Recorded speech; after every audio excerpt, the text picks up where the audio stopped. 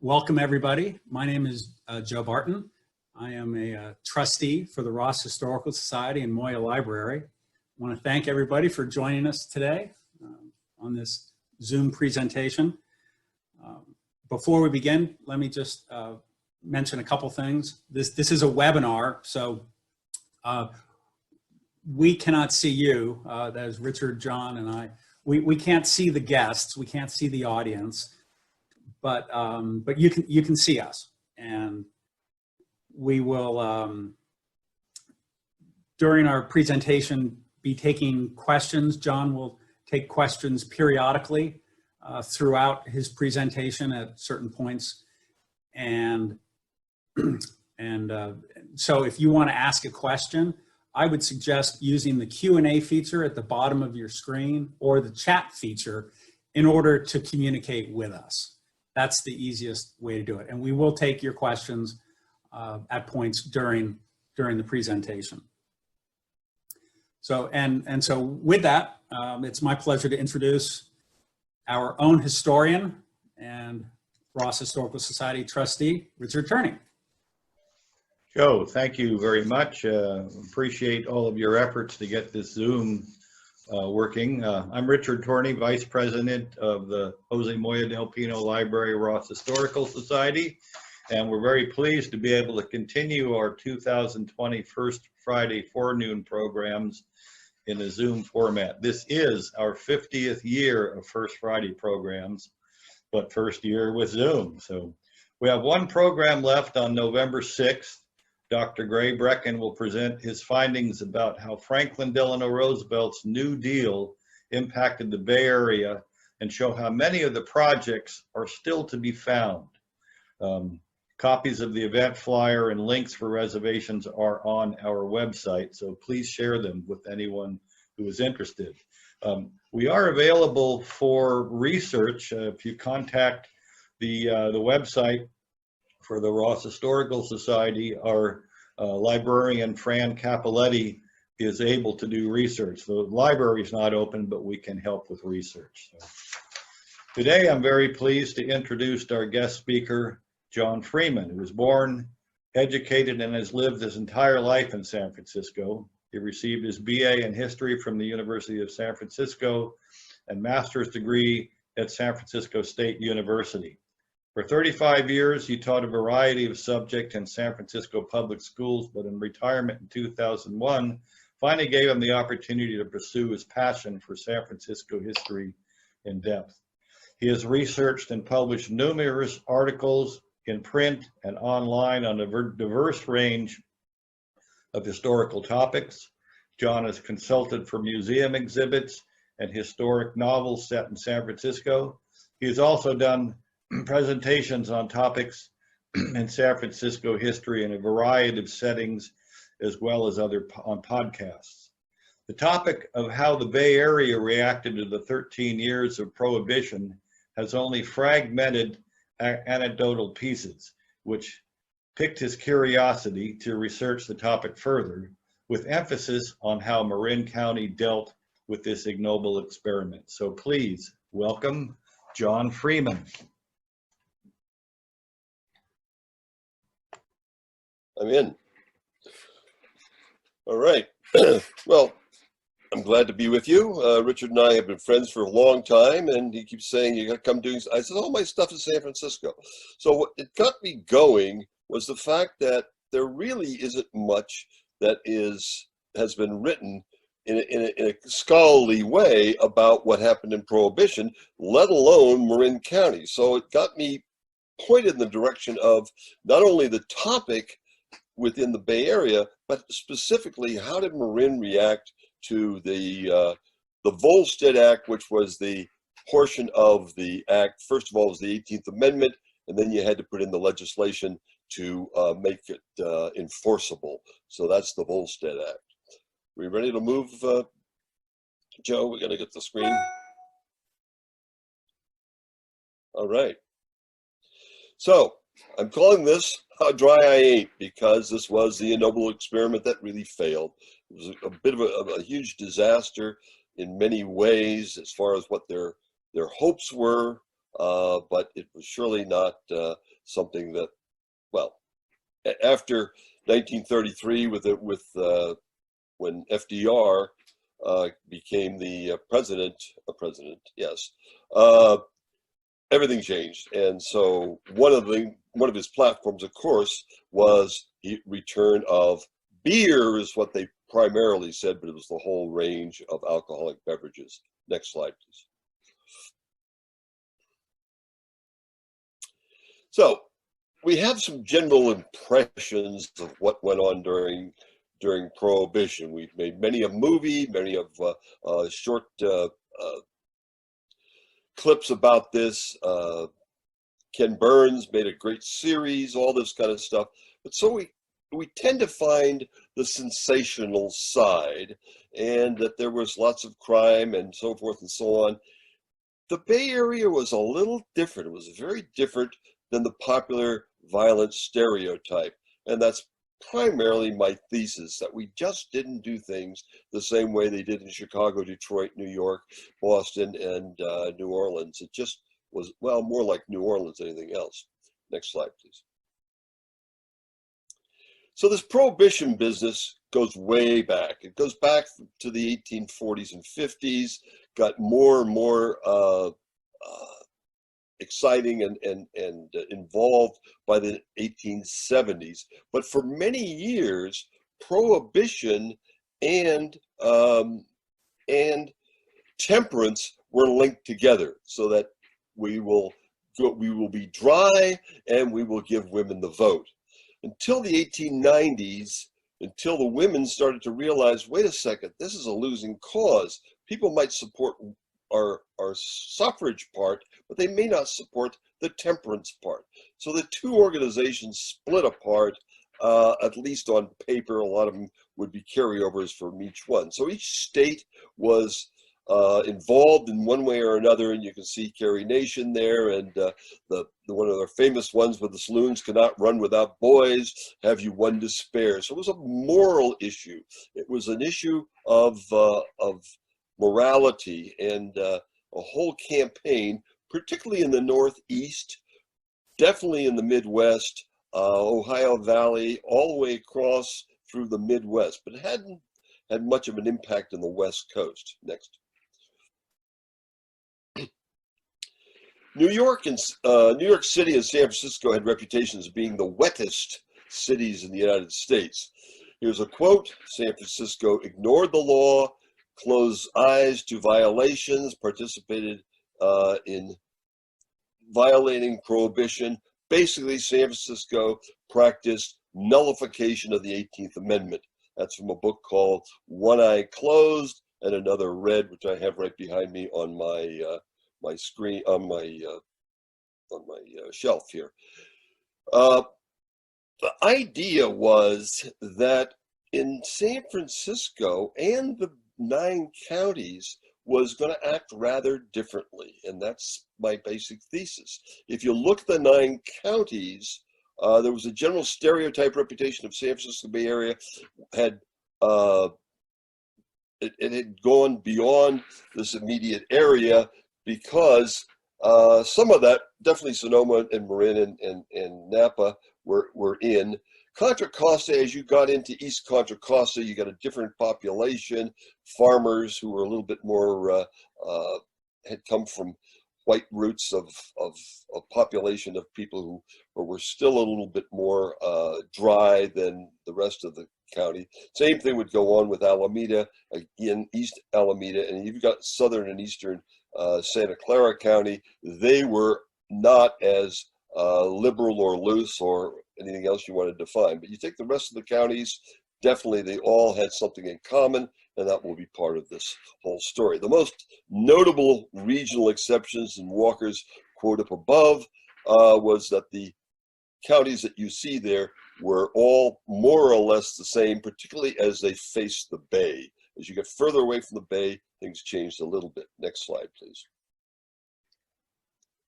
So most of the newspapers, U.S. newspapers, covered the activities, the law enforcement, confiscating and storing stills and pouring alcohol products down the drain, storm drains. That was true in definitely in Marin County, and there was some pouring down the drain, but they didn't promote it as being a big prize that they had done this and look how good we're going and doing so forth and so on by putting pictures in the paper.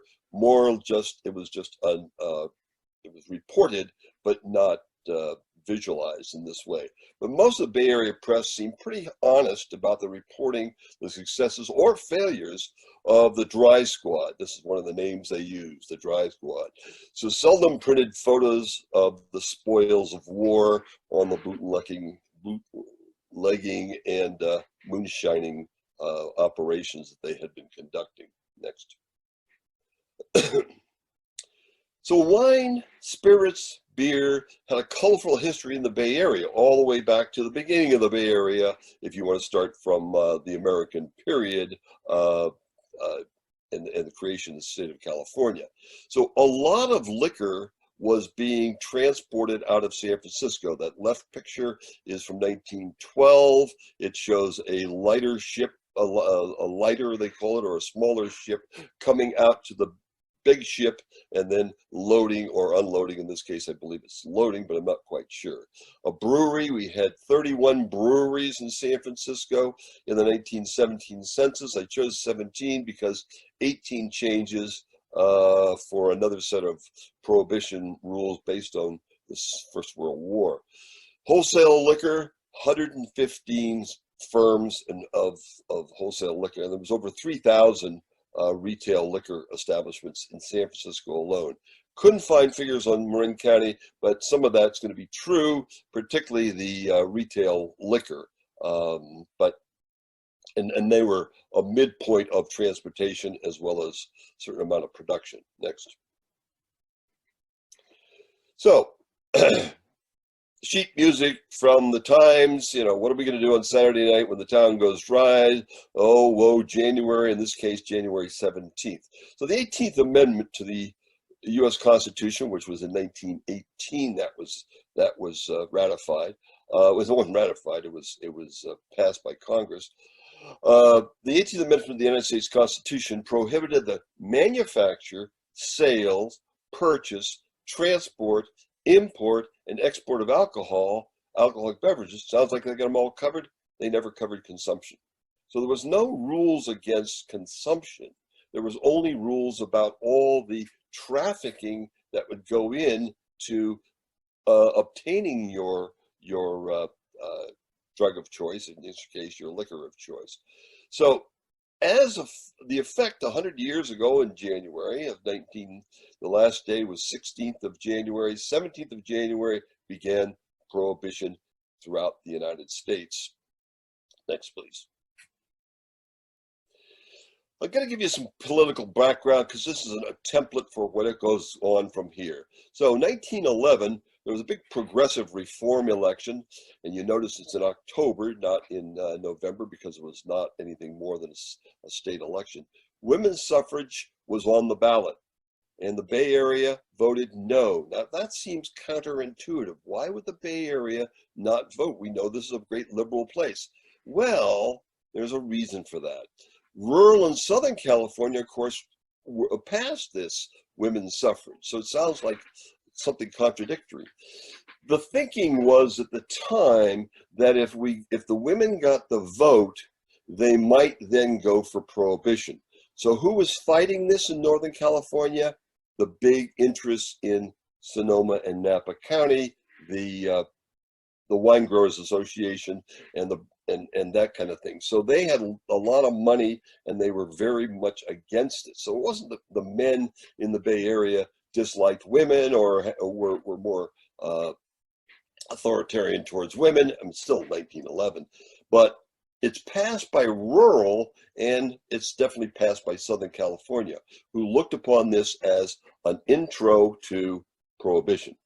But what was passed also at the same time by Northern and Southern California was the referendum, initiative, and recall. That referendum is really important because for the next 14 years, they're continually go on more than that if you start from 1911.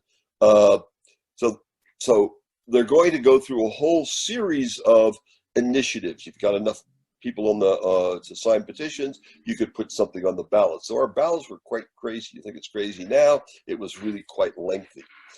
Socially, now what was going on socially? The Bay Area had a very large population of European immigrants. What's that mean? Well, if you took at the Italians in Marin County, the Portuguese, the Irish, the Greeks, the French, and the Germans, they did not. They scoffed at prohibition. They had come from cultures in which you always had some kind of liquor, wine or beer at your meals, socially, all that kind of stuff. So they socially were very different. In other words, if they were Catholics and Europeans, they were not going to go for prohibition. It was just not in their thinking. However, Southern California had a large population of American-born transplants who had come from the Midwest, who had migrated to the 2 or 3 crops a day a year area of Southern California, as opposed to the 1 wheat crop in North Dakota. And so they were really much more righteous about the idea of prohibiting the sale, use, and so forth of alcohol. So they had a different mindset socially, and Northern California just had too many European immigrants who just thought it was a silly idea and basically didn't go along. Next, please. So economically, this was the hub. This whole Bay Area was the hub, primarily San Francisco, where you had all kinds of breweries, you had all kinds of bottling plants, and you brought your wine. You could either, there was all kinds of wholesale liquor going on in the Bay Area, San Francisco particularly, because this was a transport point. So you could send it on a ship off to some place, or in the East Bay, you sent it on the Transcontinental Railroad as well. And when it came down to wine, you had Napa Sonoma and some Marin was growing grapes. And so they may have crushed it themselves, fermented it at home, and then sent it in bulk down to San Francisco to be bottled, for example. Some bottled in their own home counties, but it was still a very big commodity, unlike what you would find in, Yolo County, for example, or someplace you weren't growing grapes. Next. So sheet music on both sides of that, and basically everybody wants a key to my cellar, or the smart little feller who stocked up his cellar. That's getting, that's getting the beautiful girls. In other words, women will be attracted to you if you have alcohol. So that was the game being played, Tin Pan Alley, sheet music kind of stuff.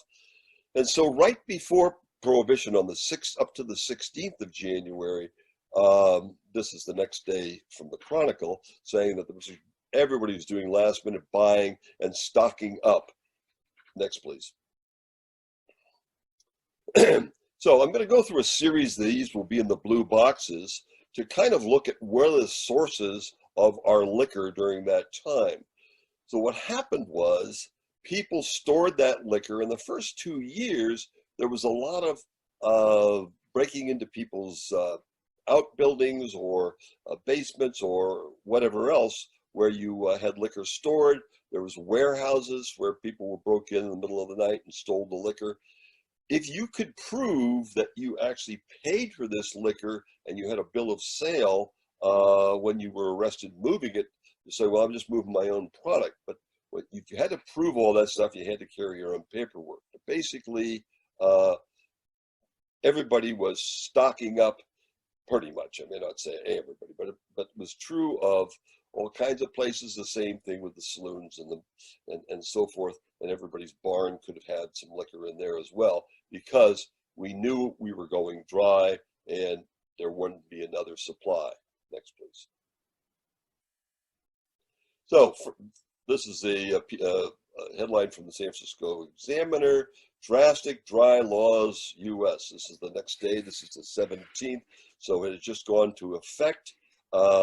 Suddenly, all the saloons are going to close down, and they will make a very rather interesting change. And that change is the saloon will suddenly become a soft drink parlor. where you can buy the setup, but you can't theoretically buy the alcohol. So that was a rather interesting thing. So the whole thing about a soft drink establishment, which of course all the way through Marin, every town that had a train station, within a block of the train station, there always had been a saloon. The saloon sign comes down, and we're replacing it with a soft drink parlor of some kind. In this case, it might be the name of the proprietor or whatever else, or it has some other cutesy kind of name. I like this. I clipped this out only because it shows that nine counties Nine raids were made in Marin County by agents who visited San Rafael and Sausalito.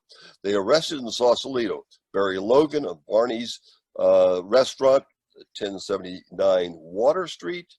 We know where that is. Carl and Robert Steffens were arrested at Manzanita Lodge, 3 miles from Sausalito. It's got to be north because there's not much 3 miles south of Sausalito and east of Sausalito. Well, maybe side of Mount Tamalpais. I have no idea. Steffens is alleged to be the proprietor also of a thirst parlor on 4th Street in San Rafael. I underline it only because they couldn't make up their minds what they were going to call these new faux saloons. They didn't know what to call them. So this is one of the more curious ones to call it a thirst parlor rather than a soft drink parlor. Next, please. So the soft drink parlor, they would raid them, they would go in and so forth. But one of the things they're going to always find is all kinds of products like this Lime Ricky, which actually came from an Oakland, the Imperial Beverage Company in Oakland.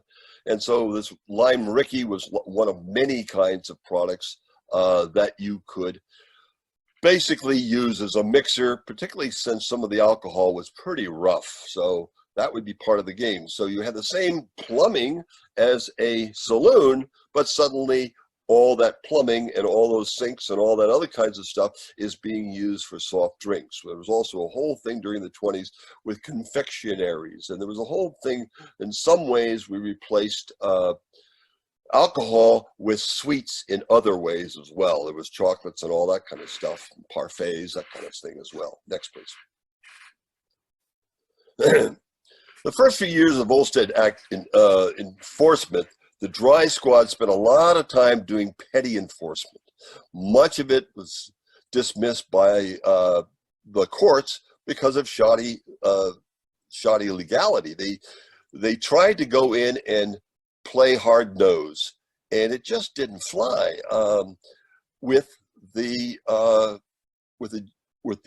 they didn't usually get juries. It was not going to fly with the judge. The judge started getting judges, pretty uniform throughout the Bay Area. The judges just played hardball and said, "Well, that's a shoddy bust."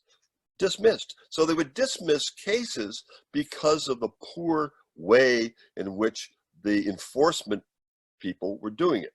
Now, a curious part of this whole thing is that most of the the first few weeks it was kind of crazy. It could be anybody, but it was not enforcement by the local constabulary. It was not the sheriff. It was not the police in San Francisco. They basically said, "That's not my job. That's a federal problem, and you have to do it yourself." So they were undermanned, and then they were doing ridiculous things of busting people, and the local law enforcement could basically fold their arms and said, "Well, if you need us for backup, we're here, but we're not. It's not our bust." And so that would go on. I have a little asterisk there which tells us that in the 13 years of prohibition enforcement, and this is the main office out of San Francisco, it had jurisdiction from basically maybe San Luis Obispo all the way up to the Oregon border and some of northern Nevada. That was one huge area that they had to cover. And so in those 13 years of prohibition, which is almost 14 years when you count a couple other pieces of it, there were 11 different administrators in charge. If you belong to any organization or bureaucracy or whatever else, when you're going through that many administrators, something's wrong. And that was what was wrong. What was wrong is that they were all political appointments. The beginning of political appointments was still under the Woodrow Wilson administration, and as soon as the Republicans took effect in March of 1921, because Warren Harding had been elected, and so they didn't transfer in January. In those days of January, they transferred in March. Out goes all the appointees from the Democrats and replaces it with Republicans. Still has to be people that are kind of definitely wet, at least by the people who are with the poll watchers, so to speak. All right, notice the small fry in San Francisco feel the law's grip. This was the low-hanging fruit, and much of it didn't work. They would arrest someone, they would arrest sometimes patrons, most of the time it was always the ownership, and then the judge would say, "Where's your warrant?" "Oh, well, we just saw some activity, so we went in." "No, you can't do that. You had to have a warrant." So they kept boxing them in with legality. And if you don't play the game correctly, your bust is no good. Next, please. So here's the third source of liquor, was going to be the drugstore. And so, well, how did that work? Well, you can see from the postcard there, cheer up little bar room, don't you cry, you'll be a drugstore by and by. And that's exactly what could happen. It was very interesting how the process played out, because you've got, first of all, you had to go get a prescription. When you got a prescription from your doctor for one of these things for your health, if you don't have a hot toddy, for a little sniffles, that's the way you treated things like that. You would do alcohol at the time. So the disadvantage, well, the second step, you had to take it then, your prescription you had to take to the drugstore and have it filled. Again, another step in the process. And when you had it filled, it could only be a small amount. So it was always pint size. You couldn't buy yourself 3 of those pints. You had to get another prescription for next week. The picture down center is Sausalito, drugstore in Sausalito. Violated something or other, and I don't know what it was, but they were closed for nearly a year. So, and you also notice in the center there, this called old prescription. It's spiritus fermenti. That was what it said on your prescription, using the Latin for, of course, fermented spirits. The rest of those are all Bay Area. Well, once the port wine actually comes out of Humboldt, the other one comes out of Kentucky, but they are all, I did have others that just don't show as well. Next, please. So to get it from the doctor, and of course this piece of sheet music, the lead lines are, write the prescription and please make it say, take with your meals, I eat 10 times a day. So, and of course, all the guys are standing in the background, and there's the noble doctor who's writing prescriptions. It's sheet music. But notice what the prescription itself said. What was a person's condition? In this particular case, it was senile weakness. I feel that coming on once in a while myself. So senile weakness, pretty spurious kind of way of getting your prescription. This was not as hugely popular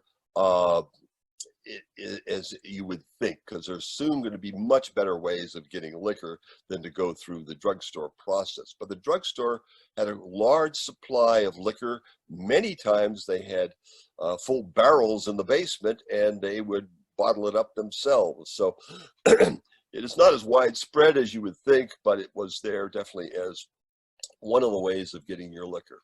Next.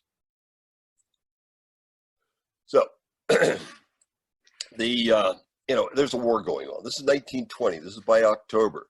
The dry agents are busted. The sleuths must have clean hands, says the judge.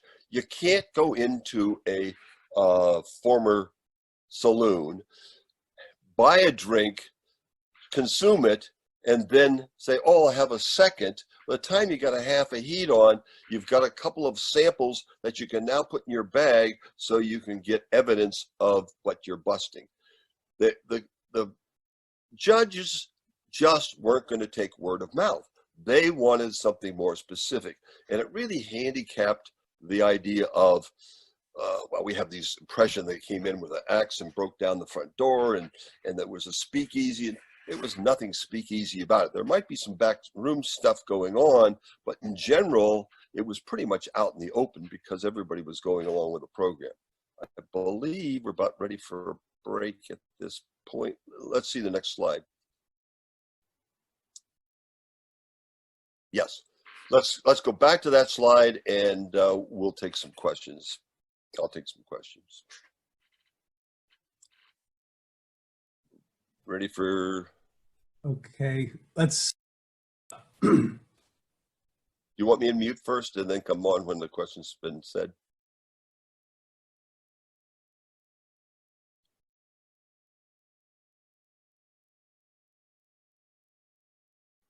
Where are we at on this?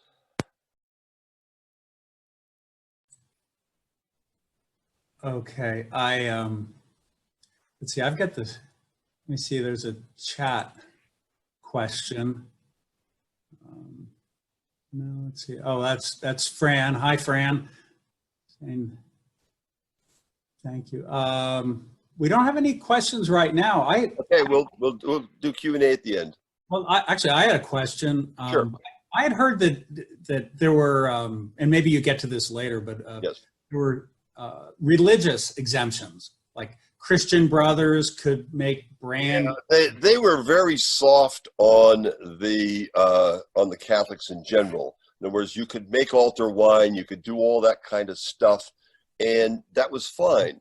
I got a couple of articles on busting Jewish congregations because they were storing a certain amount of wine for holidays, and they busted them. Then the Rosicrucians, who must have had some alcohol in their rituals, which is a minor little thing down in San Jose as far as I know, but Rosicrucians must have been bigger in the 1920s. They got busted for having liquor on the premise. So it was hit and miss as to how it played. There isn't a big issue. They always talk about altar wine was being consumed and so forth. No, they produced plenty of altar wine, but they didn't have to. There was other ways of getting your alcohol other than going through a religious source. Okay. We do have, Vicky has a question, and so I'm going to allow her to talk, so you'll hear her. Vicky. Do you want me to mute, Joe? No, go. Okay, go ahead. Vicky, you can go ahead and ask your question. Okay. Hi, thank you. I'm enjoying the talk very much. I'm a long-time Sausalito resident, and I just wanted to add that I was on the board of the Historical Society for a number of years, and this is one of the favorite topics that's researched by people coming in. Right. And I love Walker's book. Yes. But I wanted to mention that there's a landmark area that people may know, which is near Molly Stone's Market on Bridgeway. It's the condos to the west known as the Whiskey Springs Complex. That was the site of Mason's Distillery that was one of 6 in the country that was allowed to make medicinal alcohol.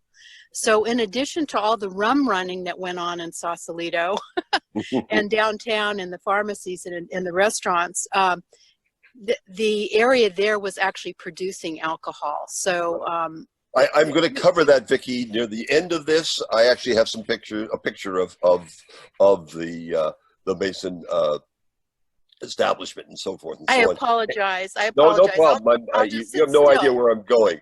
We have I'll just sit still. Thank you. Major rum runners in the county, both out of Sausalito. You bet. That's coming up. Okay, great. Thank you. All right. So let me go on to, there's no other questions, Joe? I don't see any questions right now, so why don't we go on? But Vicky reminded me that you can raise your hand and I can unmute you if you would like to verbalize a I see a 5 on the chat, but I'm not quite sure how that's playing. Yeah. Let's see. Well, Let's see, here's a question from Nancy Gibbs. She asks, so these saloons were out in the open because judges were not backing up the law enforcement raids? Right. Essentially, that's true, because they've been formerly, they had been saloons. Now they're called something else. But it's not so the judge is not backing up. The judges are playing hardball and said, you got to do it right. You can't have these spurious busts, without showing us evidence and going through the way the law is written. And then many cases out of this state and other states all went to the Supreme Court. So the Supreme Court had to adjudicate a whole bunch of cases as to what does the law really say. The whole Volstead Act was written very skimpily. I mean, it's only a few pages, and then you adjudicate it from there on in, and it was there was always this, well, what can we do, what we can't do, is a very confusing kind of thing. So, okay, let me go on. Yeah, why don't we go on? Okay, so this particular slide has to do with California votes to join dry states. Well, what does that all mean? Well, because this was a federal law, the local police, sheriff, whatever, didn't have to, or constables, as they had in Sausalito, didn't have to bust anybody. So they could stand back and say, well, we'll make a call to the feds and maybe they'll send somebody over from San Francisco. So they tried this in November of 1922. They put it on the ballot as an initiative, and in that ballot, the what was called the Wright Act, W-R-I-G-H-T, the Wright Act was passed by Southern California, not by the Bay Area. Rural California passed it. You can go up to Modoc, it was passed. I have the list of all the counties, and it's very clear. The 9 Bay Area counties would not pass the Wright Act. What did that allow? That allowed much more latitude so that the sheriffs and local law enforcement could then do enforcement of the state law. The federal law was one thing, only the federals could do that. But the state now passes what they called the Little Volstead Act. And the Little Volstead Act created a state law modeled after the federal Volstead Act so that local law enforcement could have jurisdiction to arrest prohibition violators. Another case where the feds were just outmanned and outgunned. They could not deal with all this kind of stuff, and so they were able to pass this Little Volstead Act, which now makes it, you're violating a state law, I am a local sheriff, I can arrest you for that. But prior to that, they would help, but they basically kept hands off. That's a rather interesting effect, is that we had to have their own state law. Some states actually had them on the books, and after a couple of years, they rescinded them. So one of the more famous was Maryland, and New York also bowed out of having its own Little Volstead Act. Next. Then we have another one, and this kind of shows their desperation. President liquor order stirs hornet's nest in the Senate, dries are angry. What is this all about? This was under the presidency of Calvin Coolidge, and Calvin Coolidge loved the idea that we'd have another force, which they called $1 a year dry police. And these would be the guys who may have been deputies, may have had some other kind of enforcement background, not necessarily the game wardens, but anybody else who, as long as we paid them $1 a year, they're on the budget. I mean, they're on the they're legally working for the federal government, and now they've got a badge, and they can flash the badge, and they can help as well. It didn't go very well. It went. You can see that center one says, 200 already to join in Southern California to join the dry police. So again, it's desperation 101. As I read through this stuff, I had certain impressions of what I was going to find. I was quite shocked to find out there was all these ways, and when you stand back, you realize enforcement was really overwhelmed. Next. So there's another way of getting your liquor. Now this wasn't very popular in the Bay Area because we had our own wine sources, but this was called the wine brick or the grape brick. They call it the grape brick. And so this was basically compressed raisins, and on the package it says, warning, after dissolving the brick in a gallon of water, do not place the liquid in a jug away in the cupboard for 20 days, because then it would turn into wine. I mean, talk about setting you up to what you're supposed to do. Don't do what we're saying you should do. This was a guy out of San Francisco. He didn't last too long, but he did have these kits you could send away for, and it was much more popular outside of California. Next, please. So here's another one. Now, there was home brewing going on, but it was not under the jurisdiction of the government. In other words, you could buy the ingredients, and it was not, and you're doing your own brewing kind of surreptitiously. But these are two. This is the same brand, basically. It's out of San Francisco, and so home brewing was done, particularly popular with the Germans, and they actually gave you directions on how you could do it and that kind of stuff. Again, it would be regional and ethnic as to who did this, because there was a lot more choices. Next.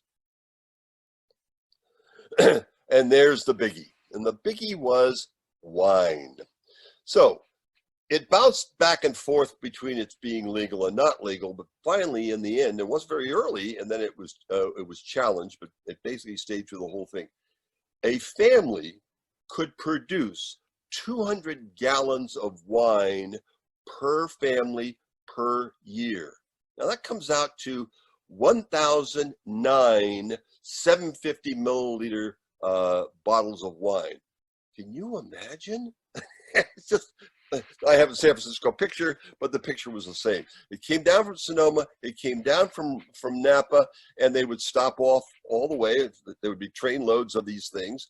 They still did it in the old wooden boxes, and they always were certain kinds of grapes. If you're traveling further away, there was a grape that was very hard skinned. If it was more local, it would tend to be Zinfandel, which was thinner skin and tighter clusters, and that was the popular alcohol of choice. So right away, we're so close to all these resources, and you got a train line running in and out of Napa and Sonoma. I mean, obviously people in Marin were doing the same thing. By the time it came across the ferry or across a ship to San Francisco, the same thing happened. They go down Columbus Avenue in the fall, in September, October, and everybody would run out and buy a couple of as many as you cared to do, as long as you could make your 200 gallons. Next, please. So they got pretty sophisticated. This home winemaking business got pretty sophisticated. You see this guy on the right who has created his own truck with and your own crushing system. Same thing, just simple home ones. You could make enough for the family and whatever. You couldn't technically transport it if someone was to take it from their house in San Francisco and they had a house in Mill Valley. Was it legal or not legal? Again, that one had to be adjudicated because it wasn't written in the law. So this went on all the time. Next, Joe. And then stills. Now I was most shocked at this. There were all kinds of stills and moonshining going on. I expected that out of Arkansas or someplace in that part of moonshining part of the world. But the reality was it was done very actively in Marin County. Even with the bounty of Bay Area homemade liquor choices, there was a very active moonshining as well. Stills could be a kitchen stove size to large multiple units hidden behind the barn or in the barn.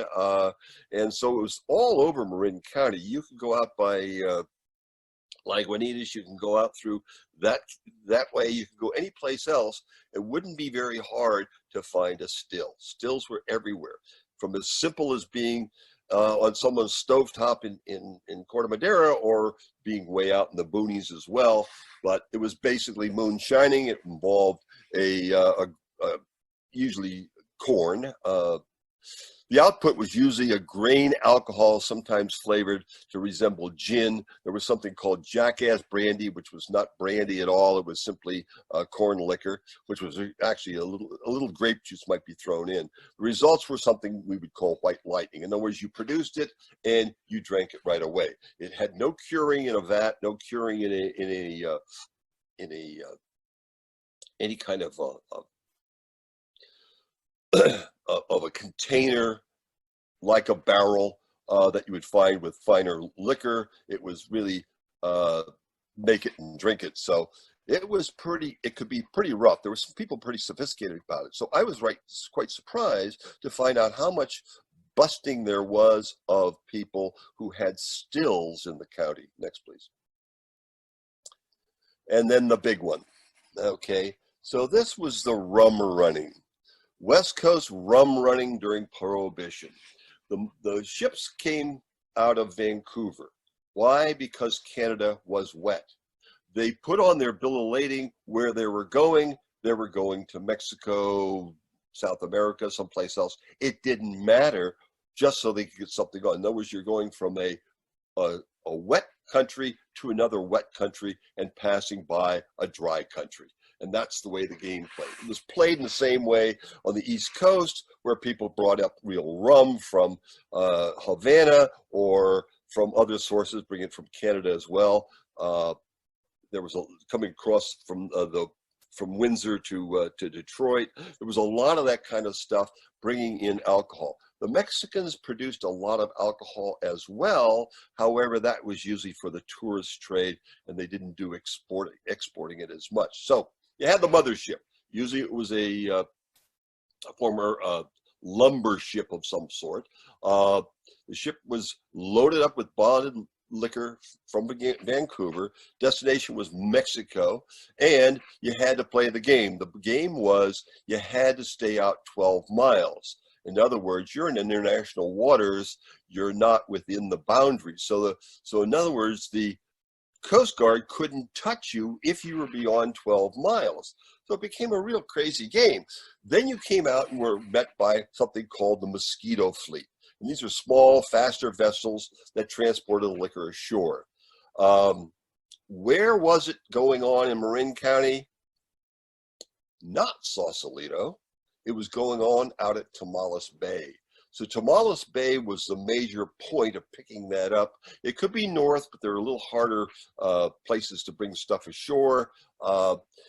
Even Drake's Bay was a little bit too remote and didn't have good transportation, and there was roads and so forth. So Tomales was a major point. Sometimes I have read articles where something came ashore at Stinson Beach, but that was a rarity because most of the time it was all set up how it worked. So the Mosquito ship got to the dock. If it was in Tomales, there was docks, but also they had another way of doing this. So if you did not, you then brought it to somebody who brought it ashore and then took it away in a car or stored it someplace, but it was usually someplace else. Now, there was another way of doing this. If you had a shore that was just a beach, you actually bagged up all the liquor for the order. You tied a rope between each of these gunny sacks and put some, maybe some buoy at one end, or you put those smaller kinds of what are they called? They're usually made out of cork between each one of those things, so that when you dumped it off of your Mosquito ship, it floated in, and they picked it up off the shore when it came in with the waves. So there was all kinds of ways of doing this. This was a very active trade. The idea was the ship would sit out about 12 miles or so, basically in the Farallones area, and then it would have the smaller ships come out to meet it. And that went on. And these guys could be out for months at a time before there was a floating warehouse until the warehouse was empty. Then they went back to Vancouver. So it was a regular situation in which the government was bedeviled to figure out how to stop it. So that was a major source of alcohol in San Mateo County, obviously, that whole area down in Pescadero, the whole area of Half Moon Bay, as well as out in Tamaulipas. Next. So, enforcement of the Volstead Act, you had the U.S. Coast Guard. So the Coast Guard, here's the Shawnee, which is actually off of Sausalito. For a while there, the Coast Guard was outmanned and outgunned. The amount of profit from this liquor trade would allow these guys to buy salvage World War I ships that had been, sort of quicker, faster, and the poor Coast Guard couldn't get the appropriations to match them. Went on for a while till about 1926, and then there was a sort of a change. Every liquor vessel to be watched if plan goes okay. So they would keep going to the legislature and said, we need more money, and we don't have the ships, we don't have anything else. But basically, I'm quoting a Captain Dodge who made these great promises. Oh boy, we're going to go and we're going to track the ship. Once it leaves Vancouver, we'll watch it all the way down the coast and we'll be on top of it. We may even use planes. It was just, he was trying to get legislation. It never happened. He retired soon after. This was written in 1926. So who were the agents? Okay, the administrators were politically appointed and frequently turnover. We know that in 13 years, there was 11 different administrators running the office out of San Francisco, which covered all of Northern California. The field agents, they were, again, shoddy arresting techniques. They didn't use the rules. They didn't bring warrants. They didn't do all the kinds of things that you would expect. I expected they were the same pictures I saw in the movies where they came in with an axe and started breaking down things. That was not allowed. They were kicked off. What happened here? What happened? How did I jump up here? I don't know. Do you have the same thing on your screen that I have?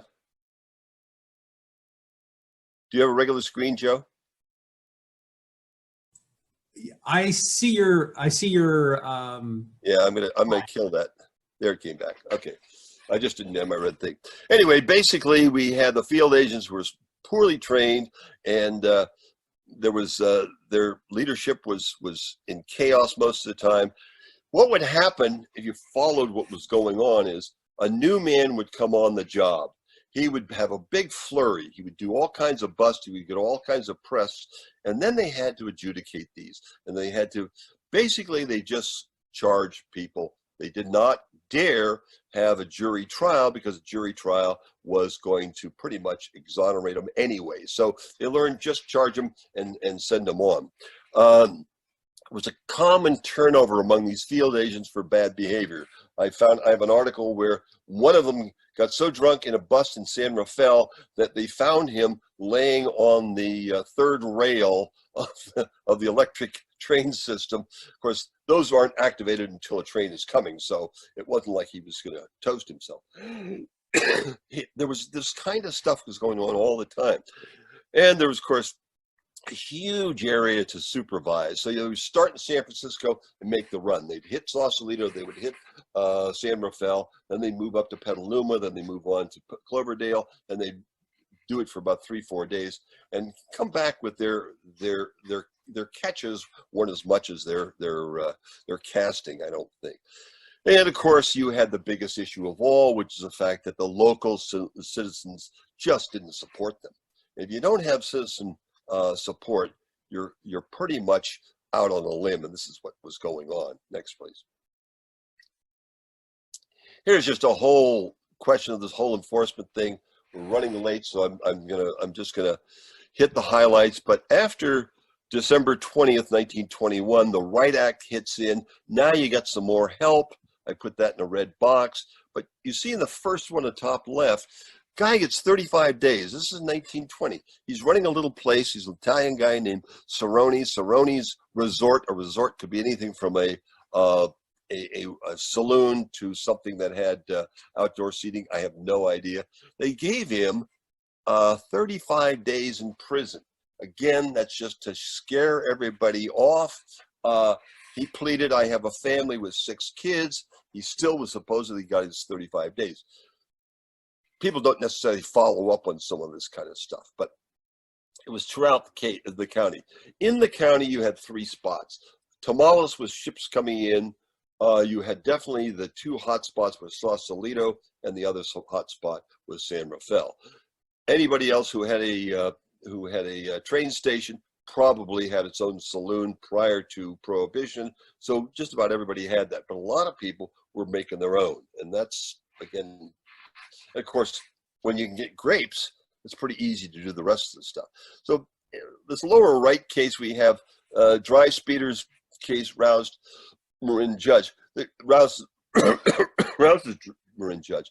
The judge was really unhappy because these are 2 guys who were agents who were running around the roads of Marin County with the heat on. And, so this is the kind of stuff that was going on that I'm sure there was some righteous, proper guys, but there was an awful lot of this kind of stuff where people were just doing a lot. The guys who were supposedly enforcing were not as righteous as they should have been. Some were righteous, but they were not as clean and simple as you think they were. They were actually quite. So the idea of payoffs and bribes and all that kind of stuff, it wasn't necessary. You just had to be cool and avoid getting busted. Next, please. All right, the 2 biggest sensational cases out of Marin County. One was Herbert Madden. He was the mayor of Sausalito. This is 1924, 23, 24. He co-owned Madden Lewis Boat Works in Sausalito. He was very involved. He in the trial that lasted over 2 years, it involved a Moss Landing in San Mateo County, Moss Landing rum running operation in which a deputy sheriff was killed and 2 innocent bystanders, one a husband and his wife, who were supposedly a fisherman. Now, he may have been a spotter for this, I don't know. They were also killed. Now, this doesn't put Madden there. He was there before, but he was the coast side thing who was going to distribute some of this liquor. Madden gets 2 years in prison. He's convicted. I also threw into the fact that he was so popular that when he was first arrested and brought up for charges, they were going to do try to remove him from a recall, and he beat the recall. So he's a popular guy, but he also ended up with being sent to prison, McNeil Island up in Washington State, where he got 2 years. He served 18 months, a year and a half. He was given $10,000 fine. He was able to cut that into $5,000 fine, and he returned to Sausalito. Was never ran for office again, but he was still a well-known and popular kind of guy. But Herbert Madden was not necessarily involved in anything to do with the deaths, but he was definitely involved as with this guy Parenti, who was supposedly a tailor from San Francisco, but he was definitely a smuggler as well as anybody else. Next, please. And the other big case came with Clint Mason. So Clint Mason, rather. He was a Sausalito businessman. His family had owned the Mason distillery for a very long time. They started in 1892. His father had. During Prohibition, he theoretically was running a garage and a soda water bottling operation there. I don't know if he was ever busted. Basically, here's the Clint story. So Clint Mason was involved in a complex liquor still operation. There was a huge still was found out in Tamales. In this case, it was at the town of Marshall on a farm, and it was like 6 stills together, and they produced an awful lot of stuff. In the course of this bust of this case, there is a prime witness who says Mason was involved. I'm going to produce, when you call me up, I'll tell the whole story. In the middle of all this, he's involved in a silly adultery quarrel with another guy, and let me see. So the star witness is shot and killed. So there was no way that Mason could have been, nobody to testify against Mason. So eventually he is acquitted. He doesn't serve time, but he's in the middle of all this kind of stuff. Next, please. Enforcement of the Volstead Act in the Bay Area at many times could be compared to an episode of the Keystone Cops. Local law enforcement may have had some degree of favors done, and I'm not putting that down. I believe it always was going to happen. But the enforcement of the Federal Probation Agency was the major problem. From the perspective of the century in hindsight, our area had minimal violence, with residents finding various ways to skirt the law or skirt the rules and pay the fine and enjoy the party. One more. H.L. Macon, 1925, said, there is not less drunkenness in the Republic, but more, not less crime, but more. There is not less insanity, but more. The cost of government is smaller, but vastly greater. That was because they were not getting any of the tariffs on liquor. Respect for the law was not increased, it was diminished. You can't legislate morality. The Prohibition years from 1920 to 1933 were a noble experiment that failed, but in the Bay Area, it had a certain style all its own. That's the close, Joe. We'll take questions.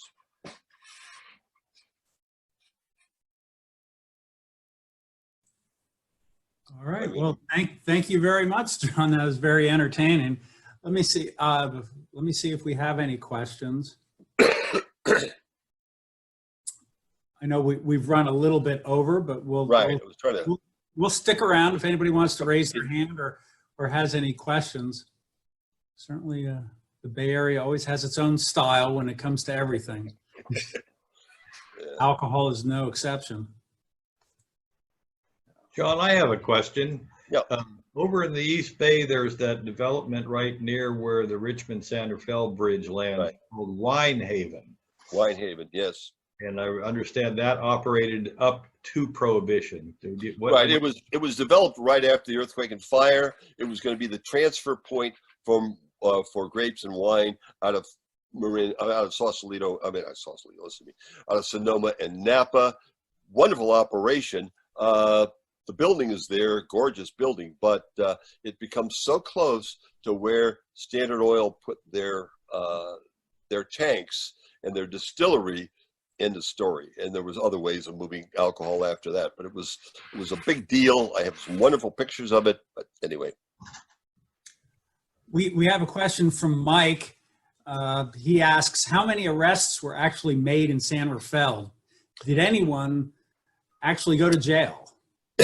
There was busts. I don't have any numbers. San Rafael was a hot spot all along 4th Street.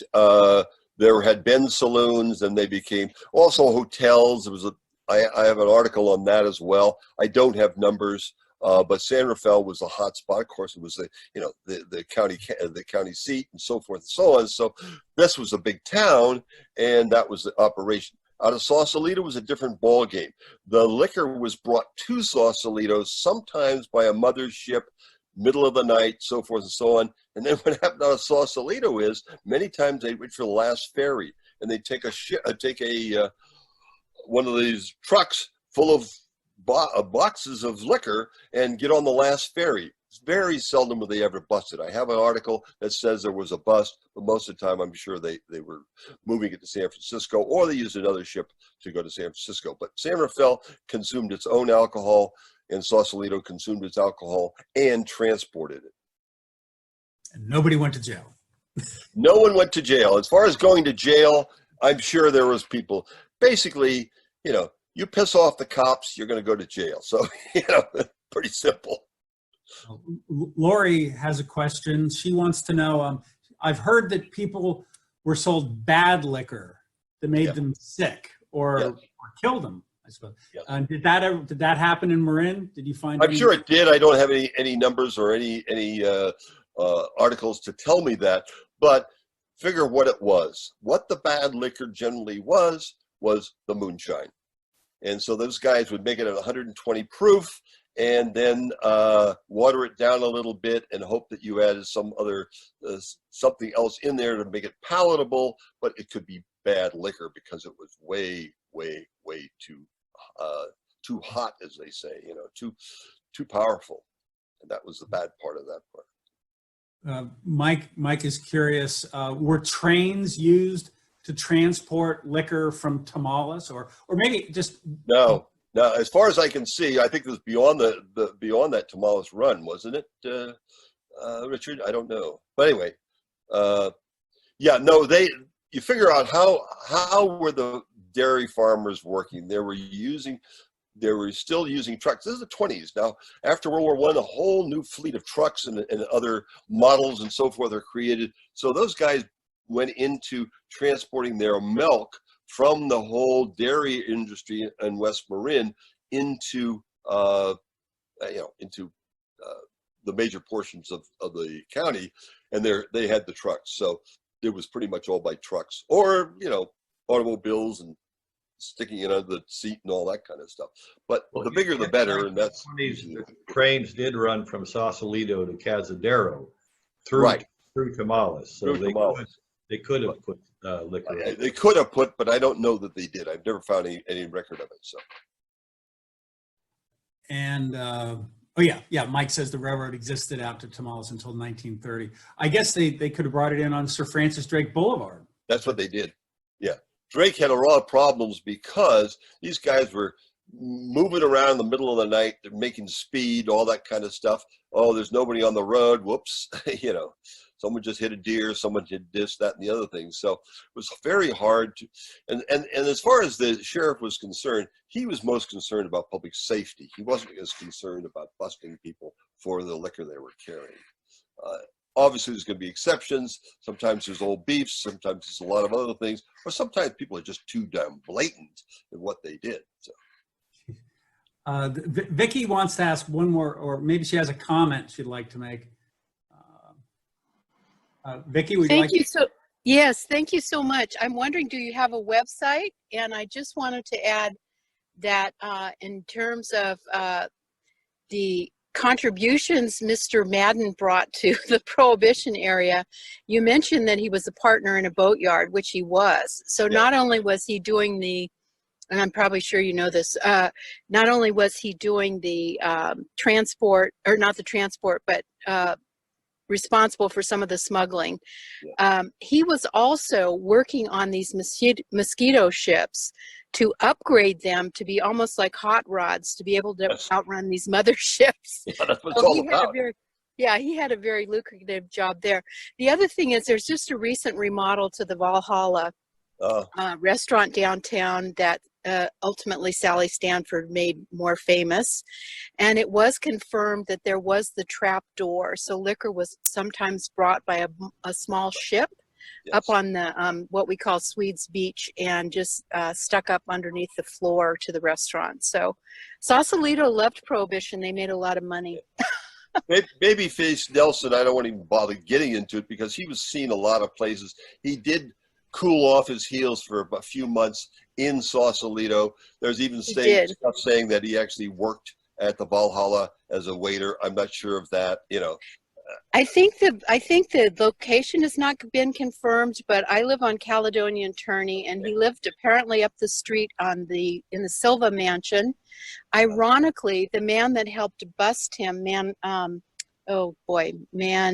I can't remember his name. He was the motorcycle policeman in town, lived above him and could have been looking at him all of the time. It's really, they're like a block away. So it was just really a funny, I found him down in Carmel. I found him other places. The reality was he was cooling his heels on the West Coast and he was staying out of sight as best he could. And exactly. And he got killed in the Midwest in a whole different situation. So, and he was never in Prohibition. he was a bank robber He was a bank robber, yeah. Wow. He had a girlfriend that lived on Pine Street that was connected him to Sausalito. So, yeah. Right. I just can't get real excited about somebody who simply was, he was bedding here for a small amount of time and moved on, as Right. opposed to someone who had some kind of involvement in the community. Right, right. Thank you. This was delightful. It's really wonderful. Thank you. Thank you, Vicki. And Nancy, maybe just a couple more. Nancy's wondering why, if prohibition was so unpopular, how did it get passed in the first place? Oh, it's a longer story, but basically it was unpopular in regions. It was not unpopular in the Midwest. If you realize, when there were still some states in Oklahoma and counties in Oklahoma and Kansas that are still dry. So it was a certain righteousness. It was passed during the First World War, where everyone was patriotic and they got their opportunity to pass it. It was passed by legislatures. So in this case, well, it was approved by legislatures. It was obviously passed by Congress. When it was passed, the president, which was Woodrow Wilson, vetoed it, and they had to override his veto. So it was not as popular as you might think. It was regionally popular. The fact that they could get it all the way through all the states was amazing. There was a couple of states didn't go along with the program, but basically there was enough to get it. In those days, it wasn't 2/3, it was 3/4. So it was a lot harder to get it passed, but they got it because there was a righteous feeling that we're going to solve our problems. We're going to make America safe for democracy. We're going to do all these other kinds of noble things. And it was a very ignoble thing because it made everybody more interested in getting alcohol, as opposed to, the Methodists were pushing it the hardest, I believe, but there was also Hard Rock Baptists and those kind of places. And they just had a lot more sway and had already stacked Congress in such a way that they were able to do that. We've seen that happen in other ways as well, and more in our lifetime. So, You know the old saying, you always want what you can't have. that's right, right. Nothing And, like and last question. Forbidden fruit. Last question. But it doesn't, it doesn't make I don't want to get the impression that there was something wild and licentious going on in Marin County.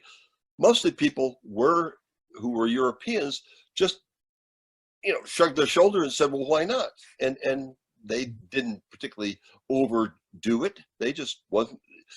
It's like toilet paper at the beginning of the pandemic. Why were we buying so much toilet paper? There was no need for that, but people stock up.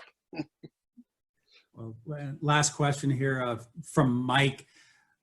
Wants to know if the enforcement of prohibition significantly affected law enforcement in other areas. I couldn't get any sense. I couldn't get any sense of that. I think pretty much the local sheriffs and in some cases the smaller towns actually had a bit of a constable corps of some sort. Really went after stuff that was more serious. I think obviously the automobile is hot. So you've now got a whole crazy thing where guys are speeding around and they may have a heat on or not have a heat on, but there really was a lot of need to keep the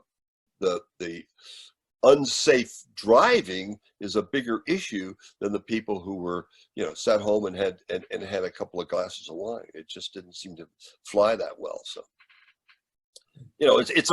Any police force's priorities. The priority was not alcohol or stills, unless you were really egregious by it, and there's a crowd or there's some other kind of thing that's causing a problem for the police to intercede. But in general, the police weren't going to intercede unless they could find other reason.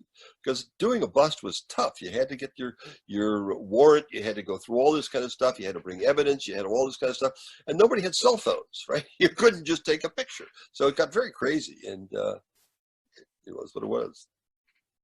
Great, fantastic. Let me just, for those who are still with us, this broadcast, this presentation will be available online for you to share or watch again.